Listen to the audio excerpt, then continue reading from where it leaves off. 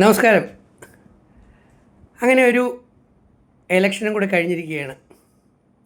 ഒന്ന് രണ്ട് കാര്യങ്ങൾ ഒന്ന് ഓർമ്മപ്പെടുത്താൻ വേണ്ടി മാത്രമാണ് ഞാനിപ്പോൾ ഈ വീഡിയോ ആയി വന്നത്.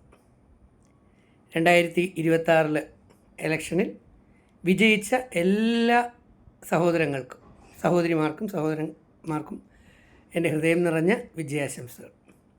ഞാൻ പാർട്ടി ഏതെന്ന് നോക്കാറില്ല. നിങ്ങൾക്ക് എല്ലാവർക്കും അറിയാം, ഞാൻ ജാതി മത രാഷ്ട്രീയത്തിന് അതീതമായി വേദത്തിലധിഷ്ഠിതമായി ജനങ്ങളെ സ്നേഹിക്കുന്ന, സേവിക്കുന്ന ഒരു വ്യക്തിത്വമാണ്.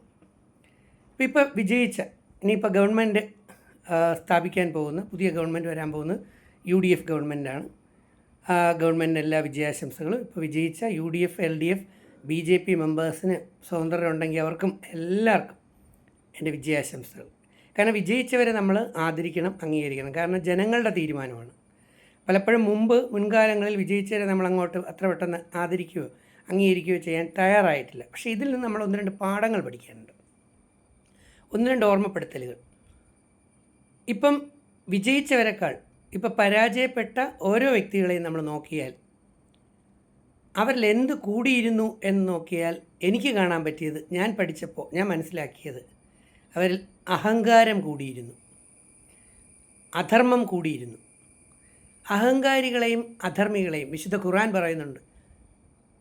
അഹങ്കാരികളെയും ദുരഭിമാനികളെയും അധർമ്മികളെയും അള്ളാഹു ഇഷ്ടപ്പെടുന്നില്ല എന്ന്. വിശുദ്ധ ബൈബിൾ പറയുന്നുണ്ട്, എളിമയും വിനയവുമുള്ളവന് മഹിമയുണ്ടാകും എന്ന്. ഹിന്ദു വേദഗ്രന്ഥങ്ങളായ രാമായണമായാലും ഭാഗവതമായാലും മഹാഭാരതമായാലും അതിലെല്ലാം നമുക്ക് കാണാം ഹിരണ്യാക്ഷനെയും ഹിരണ്യകശിപുനെയും, കംസൻ്റെ കാര്യവും രാവണൻ്റെ കാര്യവും പിന്നെ മഹാഭാരതത്തിലെ ദുര്യോധന്മാരുടെ കാര്യവും എല്ലാം അറിയാം. അഹങ്കാരികളെയും അധർമ്മികളെയും ദൈവം നിശേഷം നശിപ്പിക്കും. ഈ പ്രപഞ്ചശക്തി നശിപ്പിക്കും. ആരാണ് ഏതാണ് എന്നുള്ളതല്ല പറയാനല്ല ഞാൻ ഉദ്ദേശിച്ചത്. ഇപ്പോൾ വിജയിച്ച സഹോദരന്മാരോടും സഹോദരികളോടും സുഹൃത്തുക്കളോടും എനിക്ക് സൂചിപ്പിക്കാനുള്ളതൊന്നേ ഉള്ളൂ. അടുത്ത 5 വർഷം 2031 വീണ്ടും അടുത്ത ഇലക്ഷൻ വരും. അന്ന് ഇപ്പോൾ പരാജയപ്പെട്ടവരുടെ അവസ്ഥ നിങ്ങൾക്കുണ്ടാകാതിരിക്കണമെങ്കിൽ അധർമ്മികളായും അഹങ്കാരികളായും പ്രവർത്തിക്കാതിരിക്കാൻ പ്രത്യേകം ശ്രദ്ധിക്കുക. ജനമാണ് വലുത്. ഒന്നുകൂടി എടുത്തു പറഞ്ഞാൽ, തമിഴ്നാട്ടിൽ വെറും 2 വർഷം കൊണ്ട് രൂപീകരിച്ച ഒറ്റയാൾ പട്ടാളം എന്ന് പറയാൻ പറ്റുന്ന വിജയ്, ആ വിജയുടെ ഇഫക്റ്റ് തമിഴ്നാട്ടിൽ എത്രയോ പാരമ്പര്യം പൈതൃകമായി നോക്കിക്കണ്ടു വന്നിരുന്ന പല പാർട്ടി നേതാക്കന്മാരും പാർട്ടികളും ADMKയും DMKയും എല്ലാം ചീട്ടുകൊട്ടാരം പോലെ തകർന്നു. പുതിയതായി വന്ന പാർട്ടി TVK സൂപ്പർ വിജയം നേടി. അതിലുള്ള പല കാൻഡിഡേറ്റ്സിനെ നമ്മൾ നോക്കിയാലും ഓട്ടോ ഡ്രൈവർമാരുണ്ട്. വിജയുടെ കാർ ഡ്രൈവറായിരുന്ന വ്യക്തിയുടെ മകനുണ്ട്. അങ്ങനെ പാവപ്പെട്ട പല ആൾക്കാർക്കും അവസരങ്ങൾ കൊടുത്തിട്ടുണ്ട്.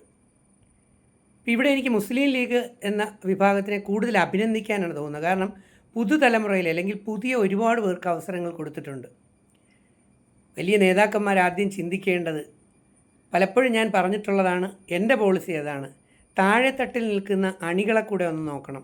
എത്രയോ വർഷങ്ങൾ കൊണ്ട് കൊടി പിടിച്ചും പോലീസിൻ്റെ അടി വാങ്ങിച്ചും പാർട്ടിക്ക് വേണ്ടിയും പ്രവർത്തിച്ച് ആഗ്രഹിച്ച് നടക്കുന്ന യൂത്തിലുള്ള, അത് LDF ആവട്ടെ, UDF ആവട്ടെ, BJP ആവട്ടെ, ആരോ ആവട്ടെ, താഴെത്തട്ടിലുള്ള അല്ലെങ്കിൽ അണികളിൽ കുറേ പേരെയെങ്കിലും കഴിവുള്ളവർക്ക് അവസരങ്ങൾ കൊടുക്കാൻ നമ്മൾ ശ്രമിക്കണം.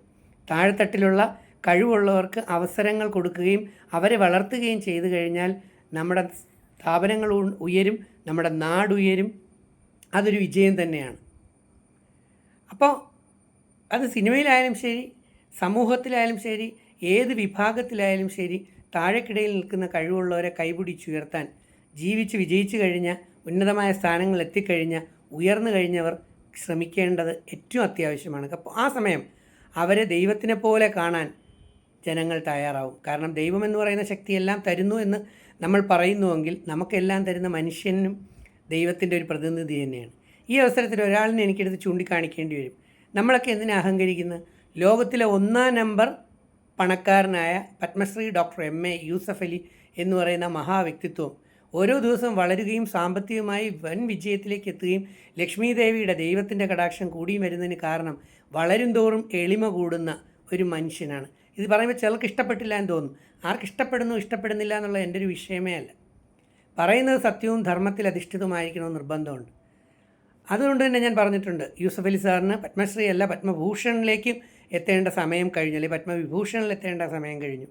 അദ്ദേഹത്തിൻ്റെ ആ എളിമയും സിംപ്ലിസിറ്റിയും പാവപ്പെട്ടവരെ സഹായിക്കാനുള്ളൊരു മനസ്സ് നമ്മൾ കാണണം. അപ്പോൾ സിനിമയിലാണെങ്കിലും ശരി, അധ്യാപക രംഗത്തായാലും ശരി, പോലീസിലായാലും അഡ്വക്കേറ്റിലായാലും ഏത് വിഭാഗത്തിലായാലും രാഷ്ട്രീയത്തിലാണെങ്കിലും എവിടെയായാലും വളരുന്നതിനനുസരിച്ച് എളിമ കൂടെ ഉണ്ടായാൽ വളരെ നല്ലതായിരിക്കും. അഹങ്കാരികൾക്ക് അധിക ദൂരം പോകാൻ പറ്റില്ല. അപ്പോൾ നിങ്ങളിപ്പോൾ ചോദിക്കും, അപ്പോൾ വിജയിച്ചവരിൽ അഹങ്കാരികളില്ലേ എന്ന്. അവർക്ക് ദൈവം ശിക്ഷ മാറ്റിവെച്ചൊക്കെ ആയിരിക്കും. അവർക്ക് വരാൻ പോകുന്നത് എന്താണെന്ന് നമുക്കറിയില്ല. അതാ മാത്രം നോക്കിയാൽ മതി. ഇപ്പോൾ ഒരു എക്സാമ്പിൾ പറഞ്ഞാൽ, തിരുവനന്തപുരം മുതൽ കാസർഗോഡ് വരെ മത്സരിച്ച എല്ലാ മത്സരാർത്ഥികളെയും നിങ്ങളൊന്ന് പരിശോധിച്ച് നോക്കൂ.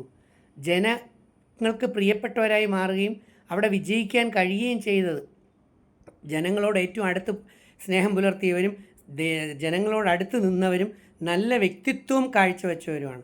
സോ പാർട്ടിയേക്കാൾ അതീതമായി, ഞാനിത് പറയുമ്പോൾ ചില പാർട്ടിക്കാർക്ക് ഇത് ഇഷ്ടപ്പെടണമെന്നില്ല. കാരണം പാർട്ടിയാണ് പ്രധാനം. പാർട്ടി അല്ല പ്രധാനം, വ്യക്തിത്വമാണ് പ്രധാനം.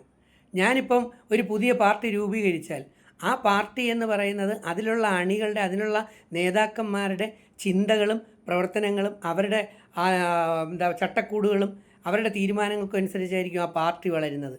പാർട്ടിക്ക് ജീവനില്ല. പാർട്ടിയാകുന്നത് പാർട്ടിയിൽ മെമ്പേഴ്സ് വന്നു കഴിയുമ്പോഴും നേതാക്കൾ വന്നു കഴിയുമ്പോഴുമാണ്.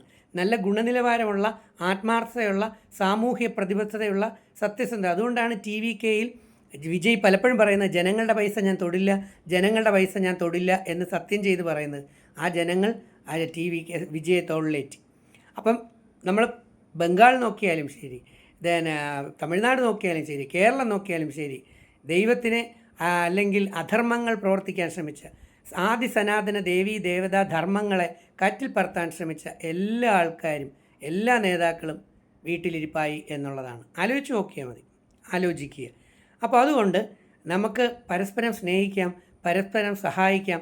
കഴിയുന്ന സഹായങ്ങൾ ചെയ്തുകൊണ്ട് ഇവിടെ നിന്ന് പോയി കഴിയുമ്പോൾ നമ്മുടെ സൽകീർത്തി, പ്രശസ്തി ഇതെല്ലാം എക്കാലവും ഇവിടെ തങ്ങി നിൽക്കട്ടെ. അങ്ങനെ തങ്ങി നിൽക്കുന്ന ഒന്ന് രണ്ട് പേരൂടെ പറയാം. EK നായനാർ, സഹാവ് EK നായനാർ സാർ, അദ്ദേഹത്തിൻ്റെ പേര് എക്കാലവും ഇവിടെ നിലനിൽക്കും. ഉമ്മൻചാണ്ടി സാർ, അദ്ദേഹത്തിൻ്റെ പേര് എക്കാലവും ഇവിടെ നിൽക്കും. ഇവരെല്ലാം എടുത്തു കഴിഞ്ഞാൽ ജനങ്ങളുമായി അടുത്തിടപഴകുന്നവരാണ്, അഹങ്കാരമില്ലാത്തവരാണ്. അതുകൊണ്ട് തന്നെ വളരെ നല്ല പ്രവർത്തനങ്ങൾ കാഴ്ചവെച്ച് ജനങ്ങൾക്ക് പ്രിയപ്പെട്ടവരായി നല്ലൊരു ഭരണം കാഴ്ചവെക്കാൻ വിജയിച്ച UDFിലുള്ള സഹോദരങ്ങളും അതിനെ പിന്തുണയ്ക്കുന്നവരും ശ്രമിക്കണമെന്ന് അപേക്ഷിക്കുകയാണ്. ഇല്ലായെങ്കിൽ 2031 ചിലപ്പോൾ വീണ്ടും പഴയ ടീമുകൾ ഉണർന്നു വന്നു എന്ന് വരാം. പക്ഷേ അതിനേക്കാൾ ഉപരി ചിലപ്പം പുതിയ ആൾക്കാർ വന്നു എന്ന് വരാം, പുതിയ രാഷ്ട്രീയം വന്നു എന്ന് വരാം. ഇതൊന്നും നമ്മുടെ കയ്യിലൊന്നുമല്ല.